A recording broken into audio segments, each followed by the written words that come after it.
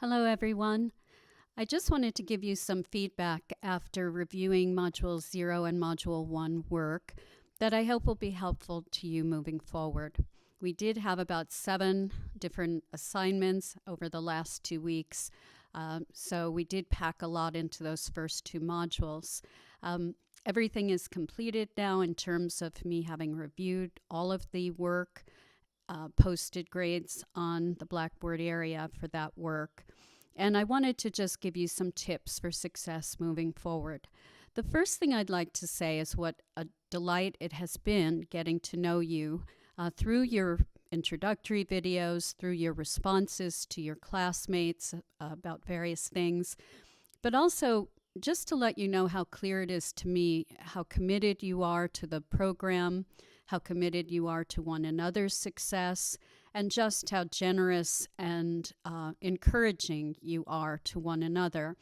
I think that speaks volumes about your character as a cohort, and I'm thrilled to be with you on this journey and at the very beginning of the journey.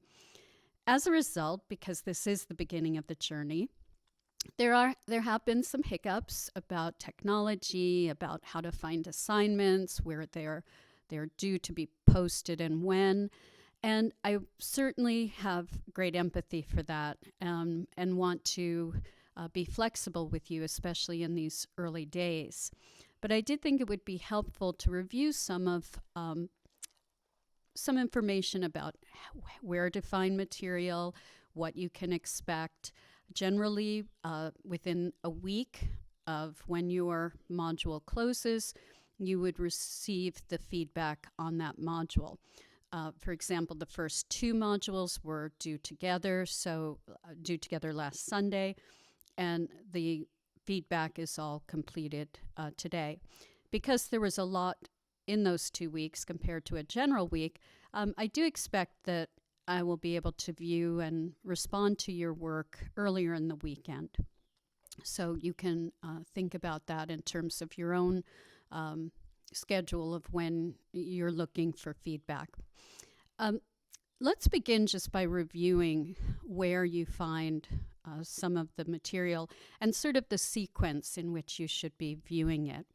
There was a little confusion. People were looking at assignments, but you really needed the resources to do the assignments.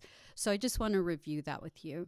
So again, every module will open shortly after midnight on Monday mornings and close at 11:59 every Sunday in terms of the expectation that work has been completed. So let's take a look even at Module 1 for a minute. If we go in it together, you can see that you should really be reading the overview to give you a sense of what's to come. I'm sure as educators you appreciate there are some objectives to every module. And then you really can look at a to-do list and perhaps even make note of 5 different things that you will need to complete, what they are, so that you can go back and ensure that you have completed everything. I know a couple of you said, oh, I didn't see that. I didn't realize there was that assignment. This is a way to really prevent that from happening again. The first place you should enter the module after that is the Learning Resources area. This will always contain a lecture. My only way really to convey content to you is through the lecture. I know some instructors in the program are using texts, and they are using PowerPoints associated with those texts to convey content. Mine is more of a lecture, so I do encourage you to take notes, keep a notebook for this course. Some of the material in the lecture you may want to refer back to without having to actually go and listen to the lecture again. So as with any course, you would be keeping a notebook and keeping notes to help you and to have a kind of repository of information that you might later use. After you've reviewed whatever resources I've provided, for example, in Module 2, you also had some links to documents as well as my lecture. You would then go into the activities folder. And this is where Obviously, it's spelled out exactly what each of the specific activities are. If you take a look at who you are as a writer, I would like you to note that there is always a rubric provided for a written assignment. I do think that it will help you understand how your work is being assessed. And as educators, I know these are the tools you are familiar with and appreciate having. Every instructor will have their own set of criteria, so please do review my rubrics that pertain to the assignment. If you have 2 or 3 points taken off, you can always look back and understand perhaps why they were taken off.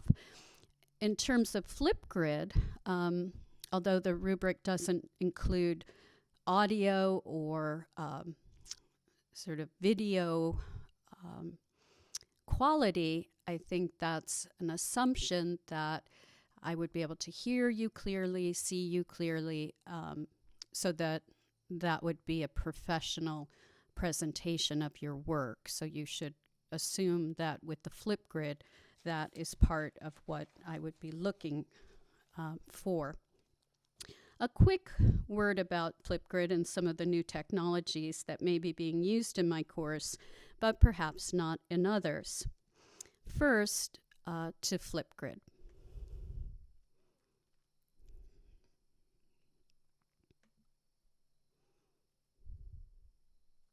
Let's take a look that I know you did a wonderful job of sharing who you are as writers in your Flipgrid in Module 1, for example. As someone who has taught online courses for many years, one of my teaching interests is actually harnessing the available and appropriate educational technology tools for pedagogical purpose. Some of you have commented that you understood how intentional was my choice of using Flipgrid as a way to what I would call cross-pollinate our ideas about writing. So I so enjoyed hearing what each of you learned from another classmate, what you admired about their different approaches to writing.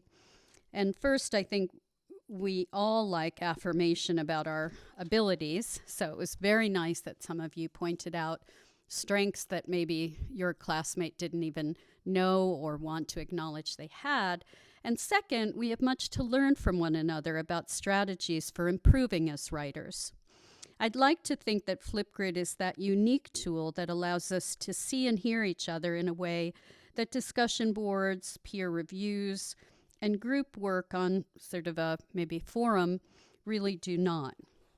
So we'll have lots of those kinds of interactions, too, in terms of discussion boards and group work.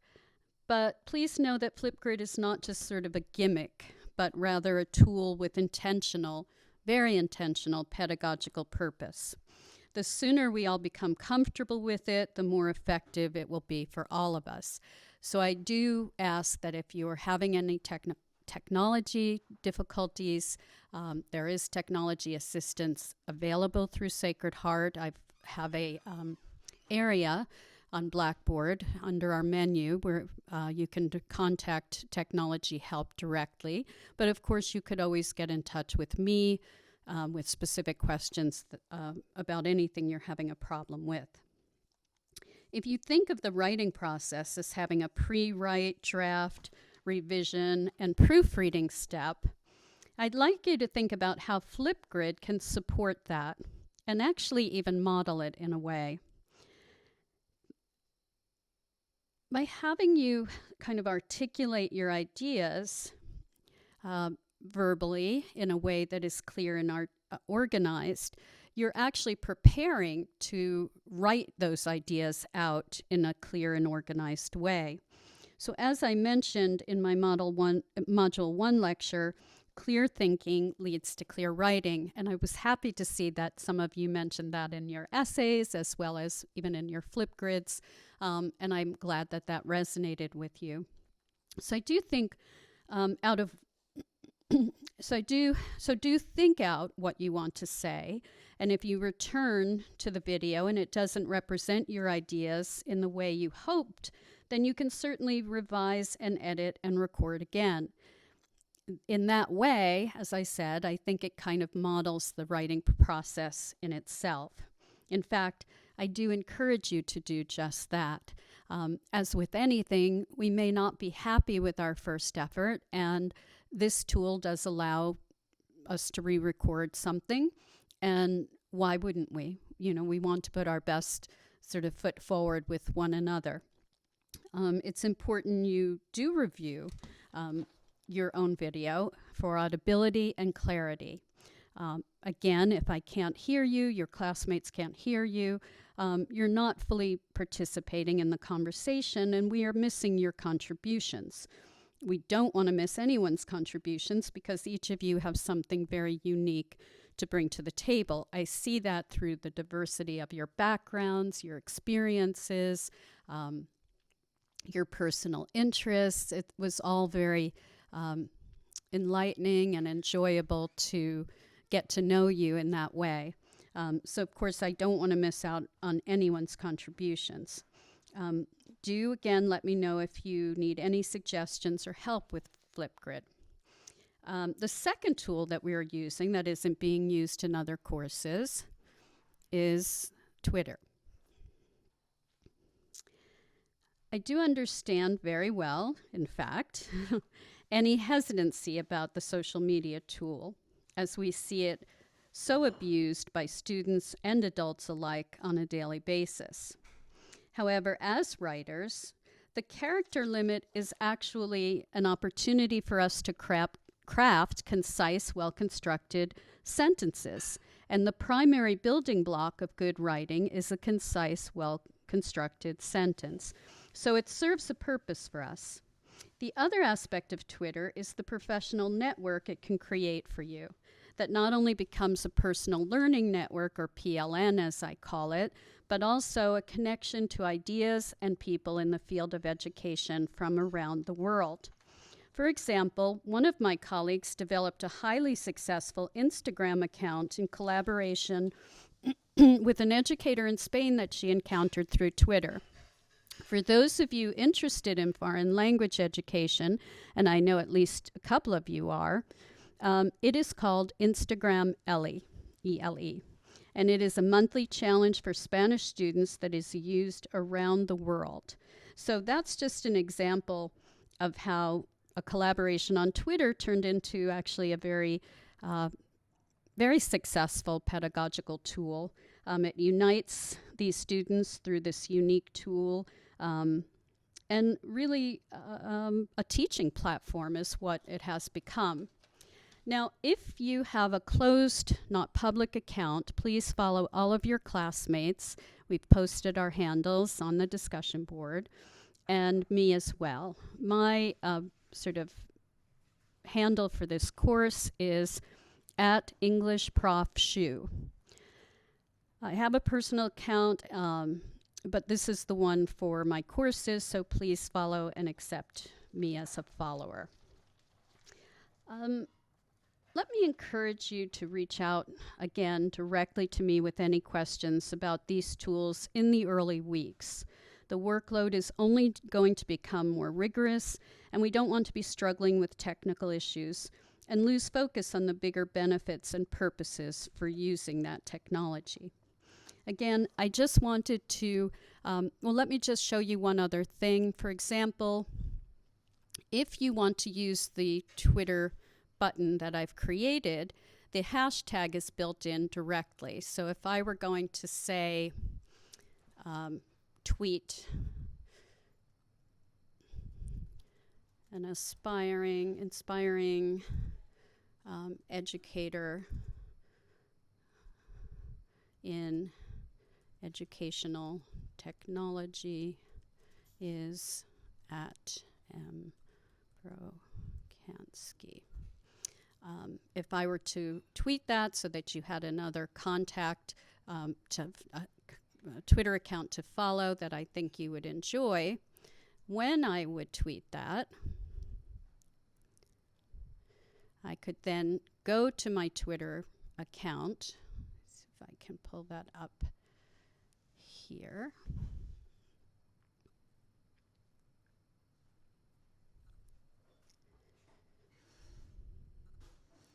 And it appears in my Twitter feed. Now, in order to share that particular tweet, I would go to the URL, copy that, and that's what you would share with the rest of us. So as you can see, I have my tweet. It has the hashtag. The nice thing about the hashtag is that at any point, we can type in search Twitter hashtag, this hashtag, and all of the tweets that we have posted will come up together, and that in itself becomes kind of a repository of our own class information. So I hope this has been helpful to you after these first couple of weeks. Again, as the opportunity comes up and the need comes up, I will provide you with instructional video if I think that will be helpful, in addition to my lectures. So I hope you've enjoyed the last couple of weeks diving into this Doctoral of Education program. I know I've enjoyed getting to know you in the last couple of weeks through your posts and your videos, and I do encourage you to continue to reach out as you need to, and I also am going to set up what I call a lounge for you on our menu area. A couple of you have asked for a chat room. I like to think of it more as a lounge. So that will be a place that I won't be going into. I'll be looking at Ask the Professor, but I will encourage you to use it if you want to collaborate with one another, reach out to one another, have questions for one another about an assignment that you would just rather ask a peer rather than me. I thought that was kind of a nice idea, and I'm happy to facilitate that. So look for that in the next few days as well. Anyway, good luck as you finish up Module 2 work. Module 3 will open after midnight tonight and close next Sunday at 11:59. And I look forward to reading your work on using rhetorical devices. Until next time, have a great week.